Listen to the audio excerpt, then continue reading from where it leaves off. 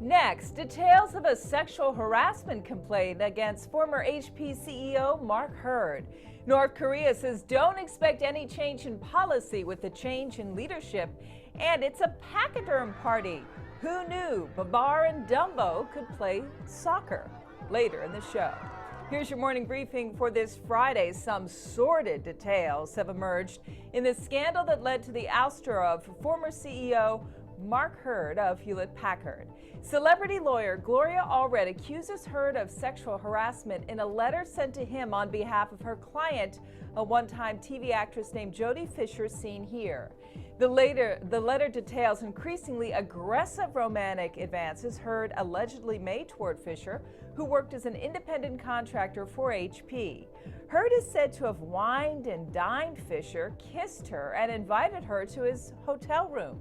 At one point, Hurd took her to an ATM to show Fisher that he had $1 million in his bank account. The letter says Fisher was fired after refusing to have sex with Hurd, who's a married father of 2. Both Hurd and Fisher say that letter contains inaccuracies. Mark Hurd's former firm, HP, not helping the S&P 500 this year. Neither is his current firm, Oracle. Both are down in 2011. The index overall comes into today less than 6 points above the break-even point of the year, which is at 1257.64. Large caps faring about as well as the S&P 600 small cap index, while the mid caps from the S&P 400 are the laggards. Light sweet crude oil, meanwhile, rose along with the uprisings across the Middle East this year, but has given back some of those gains. In Europe, Spain's deputy prime minister is laying out austerity measures the new government plans to take. Let's go to Nigel Stevenson in London. Nigel, what exactly does Spain have planned? A very good morning to you, Rhonda. Yes, as you say, Spain's new centre-right government announcing that first stage of public sector cuts today. The Prime Minister and his colleagues Mariano Rajoy saying it will temporarily raise some taxes, including those paid by the highest earners, in a bid to raise €6 billion. Public sector wages are now frozen, and the government will cut nearly €9 billion across its ministries in 2012.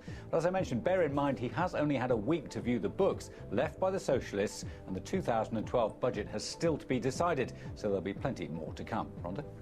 Nigel, it is, of course, the last trading day of 2011. How are the markets faring as we wrap up this year? Well, since we're talking about Spain, the IBEX is still trading. It's up 0.18 of 1% at the moment, but it is heading for a 13.9% drop for the year. That's the Spanish market. Elsewhere, FTSE 100 already closed now, up just 5 points on the day, but down 5.7% on the year.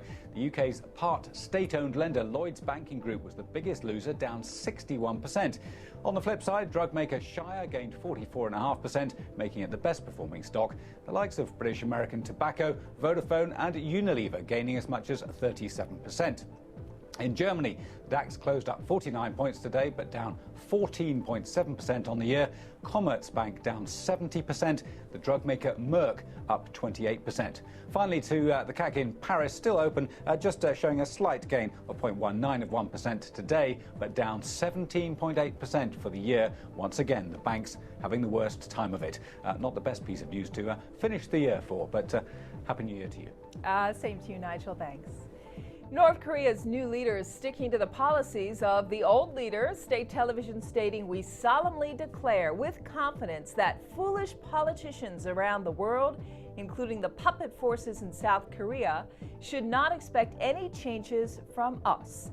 Kim Jong-il's young son, Kim Jong-un, has been dubbed Supreme Commander and is expected to rule with help from his uncle during this time of transition. In Russia, hundreds of firefighters spent hours trying to put out flames aboard a nuclear submarine in the northern part of the country. In the end, they ended up submerging the vessel at a Navy shipyard to win the battle against the blaze. No radiation leaked from the sub, and no one was injured. And finally, a celebration in Nepal. Forget David Beckham. Here comes Babar and Dumbo. Elephants giving new meaning to a trunk show. As part of a 3-day festival to lure tourists, they also participated in a beauty pageant. Yes, you are watching elephants getting their toenails painted there. And these elephants competed in a race. Not the typical sort of party that you see. That is your morning briefing this Friday. I'm Rhonda Schaffler. This is Reuters.